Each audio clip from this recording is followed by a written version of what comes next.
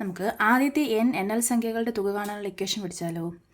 ഇക്വേഷനാണ് n × n+1/2. ആദ്യത്തെ n NL സംഖ്യകളുടെ തുക എന്ന് പറയുന്നത് n × n+1/2. ഈ NL സംഖ്യകൾ എന്ന് പറഞ്ഞാൽ നമ്മൾ സാധാരണ എണ്ണാൻ ഉപയോഗിക്കുന്ന സംഖ്യകൾ 1 2 3 4 5 6 ഇതൊക്കെയാണ് നമ്മൾ NL സംഖ്യകളെന്ന് പറയുന്നത്. അപ്പം നമുക്ക് അതിൻ്റെ ഒരു പ്രോബ്ലം നോക്കാം. ആദ്യത്തെ 100 NL സംഖ്യകളുടെ തുക കാണുക. അപ്പോൾ ഇവിടെ n എന്ന് പറയുമ്പോൾ 100 നമുക്ക് ഇക്വേഷൻ വെച്ച് ചെയ്ത് നോക്കാം. n = 100. n ഇക്വേഷൻ തന്നെ n × n+1/2. ഇവിടെ n 50 100 100 × 101 n+1 101/2. അപ്പം നമുക്ക് 100ഉം 2ഉം കൂടെ വെട്ടിയിട്ട് 50. ആൻസർ വരുന്നത് 5050. ഒന്നുകൂടി നോക്കാം. ആദ്യത്തെ 100 NL സംഖ്യകളുടെ തുക കാണുക. ഇവിടെ n എന്ന് പറഞ്ഞാൽ 100.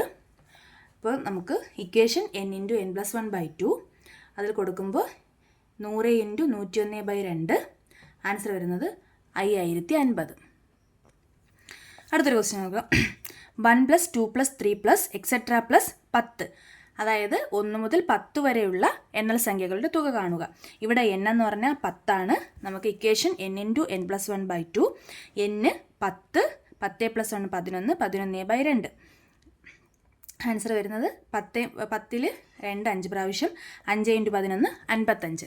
നമുക്ക് വേറൊരു ക്വസ്റ്റ്യനും കൂടി ചെയ്ത് നോക്കാം. ആദ്യത്തെ 20 NL സംഖ്യകളുടെ തുക കാണുക.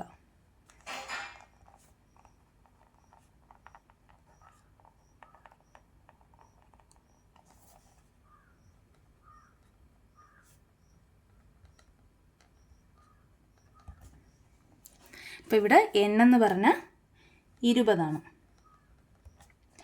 Equation n × n+1/2.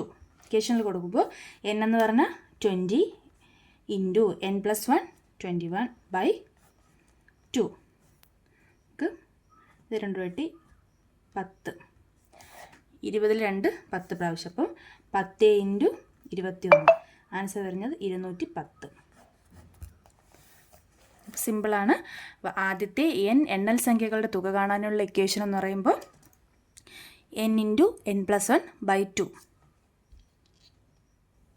NL സംഖ്യകൾ എന്ന് പറയുന്നത് നമ്മൾ എണ്ണാൻ ഉപയോഗിക്കുന്ന സംഖ്യകൾ. അത് 1 2 3 4 etc. അതാണ് NL സംഖ്യകൾ എന്ന് പറയുന്നത്. NL സംഖ്യകൾ നിസർഗ സംഖ്യകളെന്ന് പറയും. നാച്ചുറൽ നമ്പേഴ്സ് എന്ന് പറയുന്നത് ഇതെല്ലാം ഈ NL സംഖ്യകളാണ്.